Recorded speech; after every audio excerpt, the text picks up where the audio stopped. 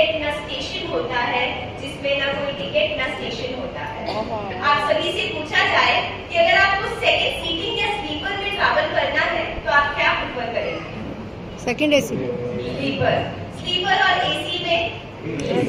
AC और flight में क्यों? कंफर्टेबल। सुविधा के लिए। आप सभी अगर फ्लाइट में कहीं जाएंगे तो ज्यादा से ज्यादा हैदराबाद से अहमदाबाद, हैदराबाद से बॉम्बे या हैदराबाद से अमेरिका चले जाएंगे, पर उससे आगे कहाँ?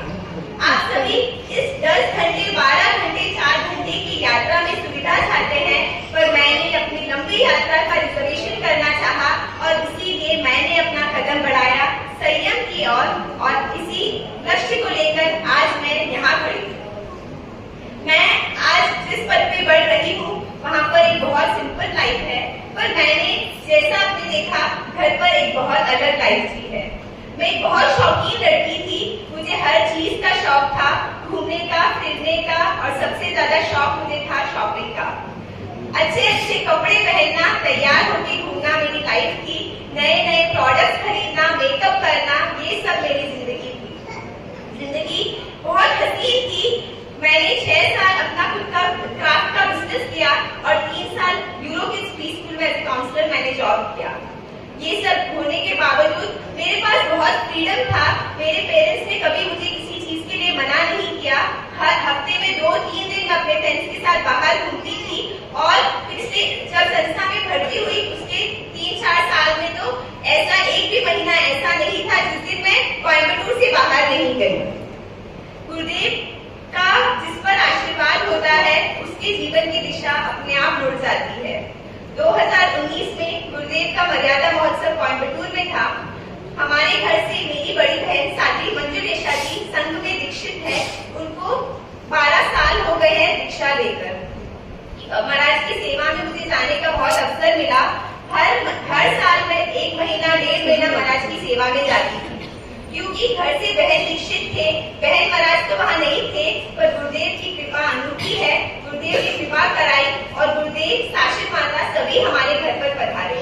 जब गुरुदेव घर पर पधारे, आप सभी ने वो दृश्य देखा था, तो शाश्वत माता के निवेदन पर गुरुदेव ने फरमाया, कच्ची कच्ची नहीं होना है, पक्की बनो, सब नहीं तो एक को तैयार होना है। बचपन से ही घर में धार्मिक संस्कार मिले। धर्म में बहुत रुचि थी, पर वैराग्य की भावना नहीं थी। शाश्वत माता यदा कदा मुझे प्रेरणा देते रहते थे कि तुझे दीक्षा लेनी है। तब मेरे मन में आता था कि महाराज मुझ में ऐसा क्या देख रहे हैं, क्योंकि मैं एक बहुत फैशनेबल और बहुत शौकीन लड़की थी। गुरुदेव ने फरमाया और फिर गुरुदेव के वचन खाली कैसे जा सकते हैं। अपनी बहनों से कहती थी, गुरुदेव ने फरमाया है तो किसी को जाना पड़ेगा, तो तुम लोग चले जाओ। 1 दिन कहा, 2 दिन कहा, 3 दिन कहा, आखिरकार एक दिन मेरी बहन परेशान होकर बोलती है, इतना ही है तो तू चली जा, मुझे तो दीक्षा नहीं लेनी। क्या पता था कि वो सौभाग्यशाली मैं ही थी। गुरुदेव ने फरमाया और उसके बाद जैसे मैंने बताया महाराज की सेवा में बहुत जाने का अवसर मिलता था। मेरी बहन साध्वी मंजुलेशा जी साध्वी मधुबाला जी के साथ में है, जिनका इस बार उतना चातुर्मास है और आज यहाँ पर खड़ी खड़ी मैं उनके प्रति अनंत अनंत कृतज्ञता ज्ञापित करती हूँ कि एक शौकीन लड़की को उन्होंने एक साधक के रूप में बदल दिया। साध्वी श्री मधुबाला जी, उनका पूरा सिंघाड़ा और मेरी बहन महाराज ने मुझे बहुत प्रेरणा दी कि मुझे इस पद पर बढ़ना है। महाराज फरमाते कि स्टूडेंट्स और पेरेंट्स की काउंसलिंग तो बहुत कर ली है, आत्मा की काउंसलिंग कब करेगी? और महाराज ने फरमाया, महाराज ने मुझे प्रेरणा दी और मेरे जीवन की दिशा बदल गई। दिशा तो बदल गई, अंदर वैराग्य तो आ गया, पर कहीं न कहीं डर था कि इतने सारे शौकों को एक साथ छोड़ के कैसे जाऊं। उसी बीच मेरा केदारनाथ का स्नो ट्रैकिंग जाने का प्लान बना और उसी के साथ मैं ऋषिकेश गई। ऋषिकेश में सबसे फेमस अगर कोई स्पोर्ट है तो बंजी जंपिंग है। आप सभी ने वीडियो में देखा, तो वहाँ पे गई तो बंजी जंपिंग तो करना ही था। बंजी जंपिंग की, भिक्षु स्वामी का नाम लिया और कूद गई। कुछ क्षणों के लिए ही सही, पर बहुत मजा आया। जब वापस घर आई तब लगा कि इतनी छोटी चीज में जब हिम्मत की तो इतना अच्छा लगा। अगर सही दिशा में हिम्मत करूंगी तो कितना आनंदमय जीवन होगा। एक दिशा में सब कुछ छोड़ दिया, उस बंजी जंपिंग की तरह मैंने छलांग लगा ली और मैं यहाँ पहुँच गई।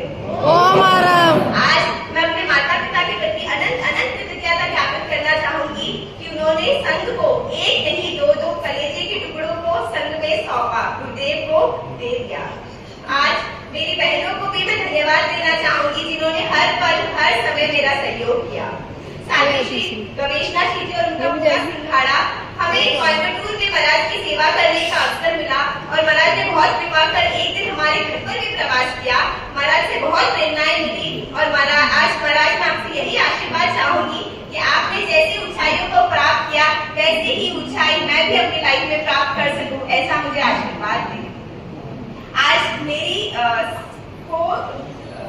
संस्था की बहन मुमुक्षु वीनू के प्रति मैं कृतज्ञता ज्ञापित करना चाहूंगी कि हम दोनों संस्था में साथ रहे, बहुत सारा काम पड़ा साथ में करने का, तो उन्होंने भी मुझे जो सहयोग किया उसके लिए बहुत बहुत कृतज्ञता। गुरु के अनमोल बोल संजीवन देते, तूफानों में जीवन नौका देते। मेरी तूफान भरी जिंदगी में अगर मैंने रास्ता चेंज किया, एक नया मोड़ आया, तो वह गुरुदेव के वचनों के कारण है।